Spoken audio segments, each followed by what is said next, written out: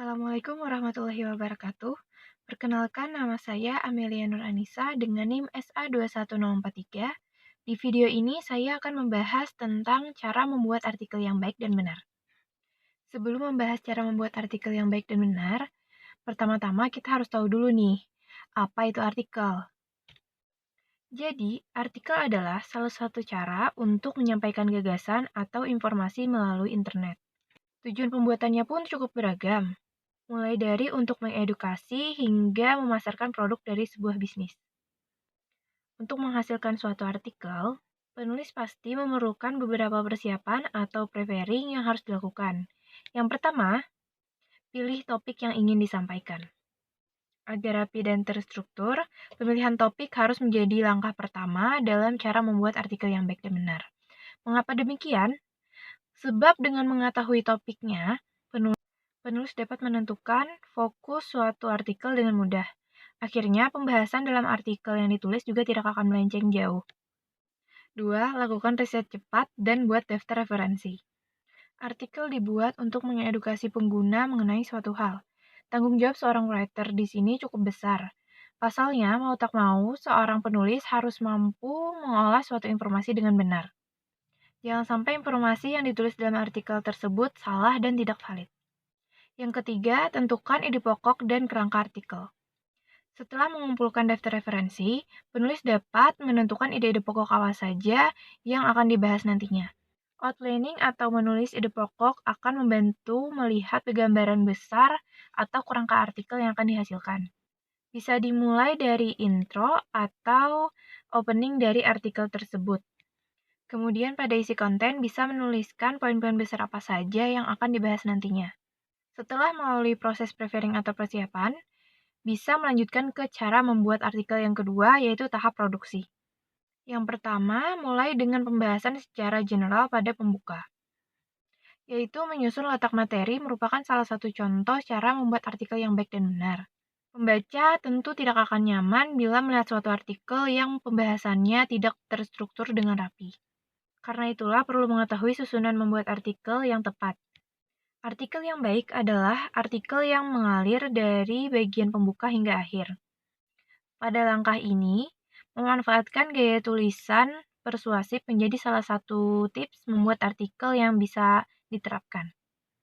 Penulis harus pintar mengolah kata agar kalimat demi kalimatnya dapat membuat audiens tertarik membaca hingga akhir.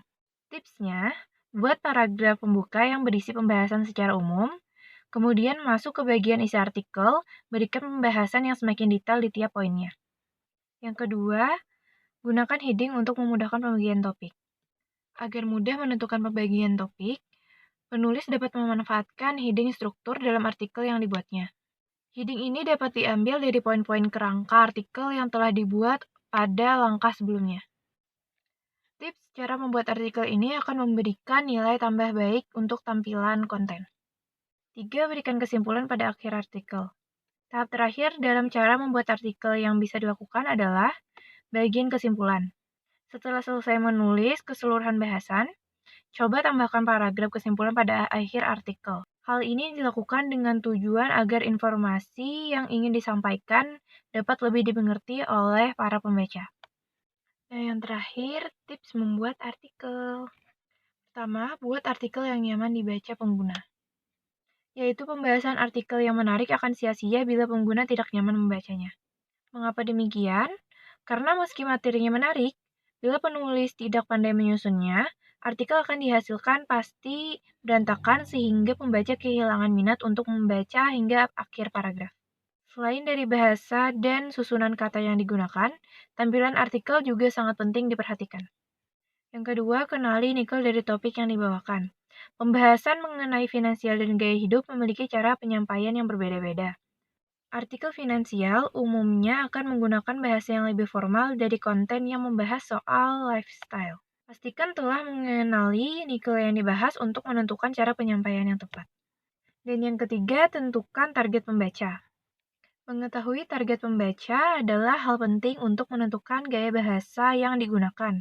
Ada kalanya pembawaan bahasa artikel untuk remaja akan berbeda dengan artikel yang ditunjukkan untuk orang dewasa. Selanjutnya, saya akan membahas tentang manajemen rumah sakit. Saya akan mereview beberapa artikel tentang manajemen rumah sakit. Pertama-tama, saya akan menjelaskan, apa sih rumah sakit itu?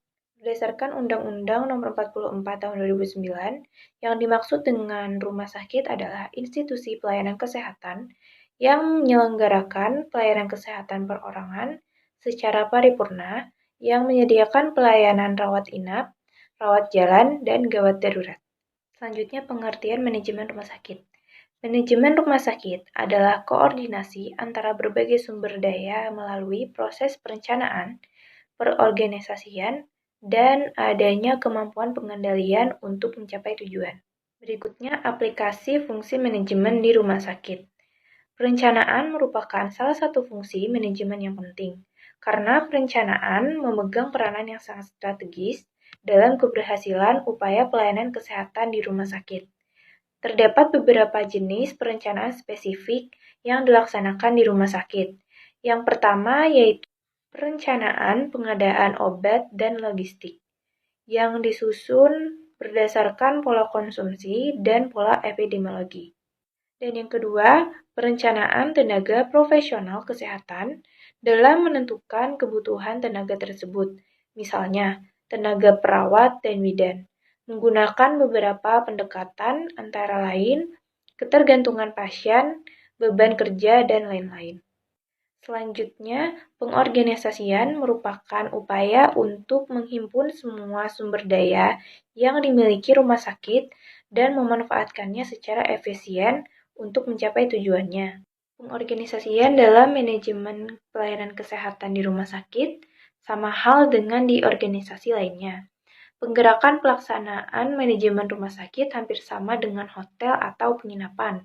Hanya saja, pengunjungnya itu orang sakit atau pasien dan keluarganya, serta pada umumnya mempunyai beban sosial psikologis akibat penyakit yang diderita oleh anggota keluarga yang sedang dirawat. Kompleksitas fungsi penggerakan pelaksanaan di rumah sakit sangat dipengaruhi oleh dua aspek, yaitu yang pertama, sifat pelayanan kesehatan yang berorientasi kepada konsumen penerima jasa, pelayanan kesehatan atau customer service. Dengan hasil pelayanan kemungkinan, sembuh dengan sempurna, sembuh dengan cacat dan meninggal. Apapun hasilnya, kualitas pelayanan diarahkan untuk kepuasan pasien dan keluarganya. Yang kedua, pelaksanaan fungsi actuating ini sangat kompleks, karena tenaga yang bekerja di rumah sakit terdiri dari berbagai jenis profesi. Untuk pengawasan dan pengendalian, merupakan proses untuk mengamati secara terus-menerus atau berkesinambungan pelaksanaan rencana kerja yang sudah disusun dan mengadakan koreksi atau perbaikan terhadap penyimpangan yang terjadi. Untuk menjalankan fungsi ini diperlukan adanya standar kinerja yang jelas. Dari standar tersebut dapat ditentukan indikator kinerja yang akan dijadikan dasar untuk menilai hasil kinerja pegawai. Penilaian kinerja pegawai di rumah sakit meliputi tenaga yang memberikan pelayanan secara langsung kepada pasien seperti perawat, bidan, dan dokter, maupun tenaga administratif. Adanya indikator kinerja akan memudahkan dalam melakukan koreksi apabila ada penyimpangan. Yang terakhir, tujuan manajemen rumah sakit, yaitu yang pertama menyiapkan sumber daya, yang kedua mengevaluasi efektivitas dan mengatur pemakaian pelayanan, dan yang ketiga efisiensi dan kualitas. Mungkin itu saja hasil beberapa review dari saya. Jika ada salah kata mohon dimaafkan. Terima kasih. Wassalamualaikum warahmatullahi wabarakatuh.